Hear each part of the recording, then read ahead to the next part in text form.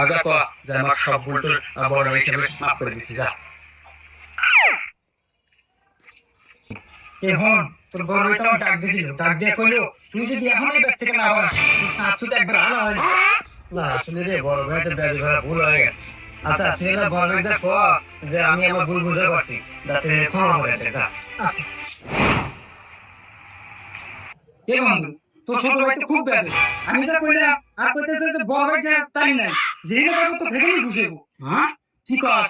হন তুই আর শেষবারের মতো কর, যেবার যদি আমার কাছে মাপ না চায় তাহলে কিন্তু আর ভালো হবে না যা।